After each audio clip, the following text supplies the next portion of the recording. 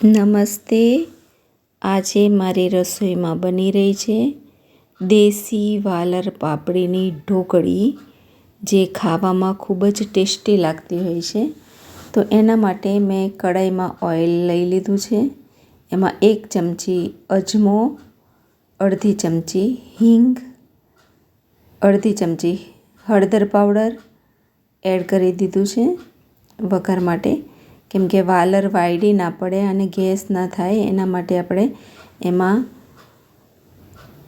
અજમાનો વઘાર કરવાનો હોય છે. તો વાલરની પાપડી અને એના દાણા બંને મિક્સ એડ કરી લીધું છે. હવે એને સરસ મિક્સ કરી લીધું છે અને થોડું મીઠું એડ કરી લીધું છે. હવે એને ધીમા તાપે ચડવા દેવાનું છે.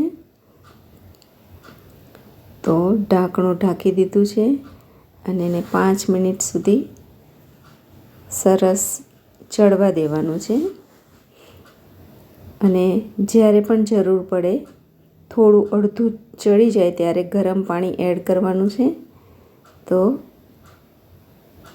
હવે એમાં નવસેકું ગરમ પાણી એડ કરું છું કે જેનાથી વાલર અને એની પાપડી તળિયામાં ચોંટી ના જાય. હવે એને ચડવા દેવાનું છે. અને બીજી તરફ ઢોકળી માટે મેં લોટ તૈયાર કરી રહી છું.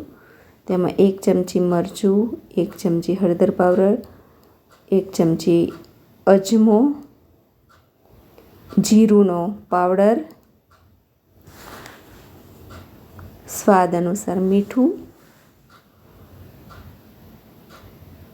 અને જોઈતા પ્રમાણમાં મોણ માટે તેલ એડ કરી દેવાનું છે. તો મેં 4 ચમચી જેટલું તેલ મોણમાં લોટમાં એડ કરી દીધું છે. હવે બધું મિક્સ કરી અને આપણે સરસ ભાખરી જેવો લોટ બાંધી લેવાનો છે. તો થોડું થોડું પાણી નાખી અને સરસ લોટ બાંધી લેવાનો છે.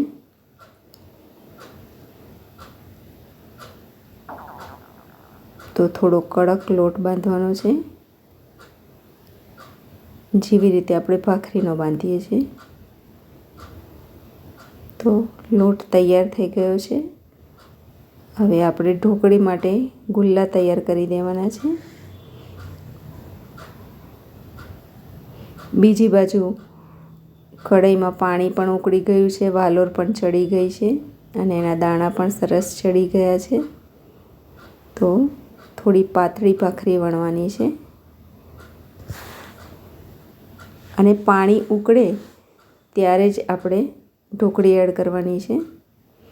એ વાતનું ધ્યાન રાખવાનું છે. તો આપણને જેવો પણ શેપ જોઈતો હોય, ડાયમંડ શેપ યા તો ચોરસ, આપણને જેવું પણ કટિંગ કરવું હોય એવું આપણે કરી શકીએ છીએ. તો આ રીતે સરસ કટિંગ થઈ ગયું છે અને બીજી તરફ ઢોકળીનું પાણી પણ ઉકળી રહ્યું છે. તો ઉકળતા પાણીમાં ઢોકળી આપણે એડ કરવાની છે.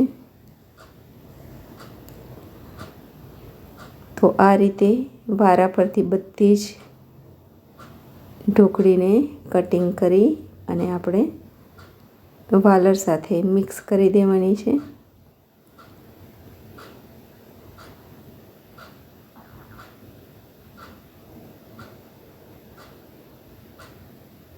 અને ધીમા તાપે સરસ ચડવા દેવાનું છે.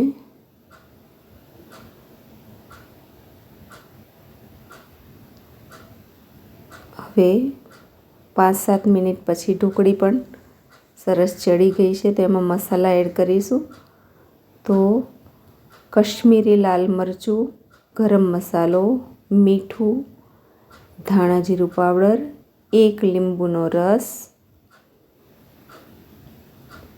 આપણે ઢોકળીમાં એડ કરી દીધો છે.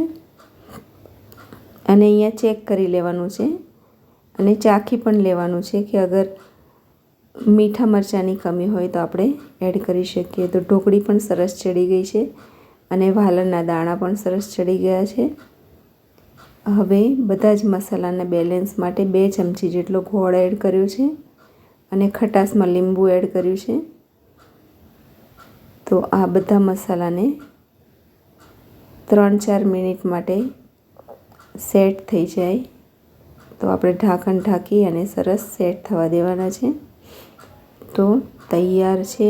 ખૂબ જ ટેસ્ટી, ખાવાની મજા પડી જાય એવી દેશી વાલરની ઢોકળી, જે વિસરતી જતી વાનગી છે. તો આપણે પણ આ રીતે બનાવી શકીએ છીએ. તો મિત્રો, તમે પણ મારી રીતે બનાવો અને તમે પણ આ ઢોકળીને એન્જોય કરો. ખૂબ જ ટેસ્ટી બનતી હોય છે. મારો પૂરો વિડીયો દેખ્યો એ બદલ ધન્યવાદ અને મારી ચેનલને સબસ્ક્રાઈબ કરજો. Thank you.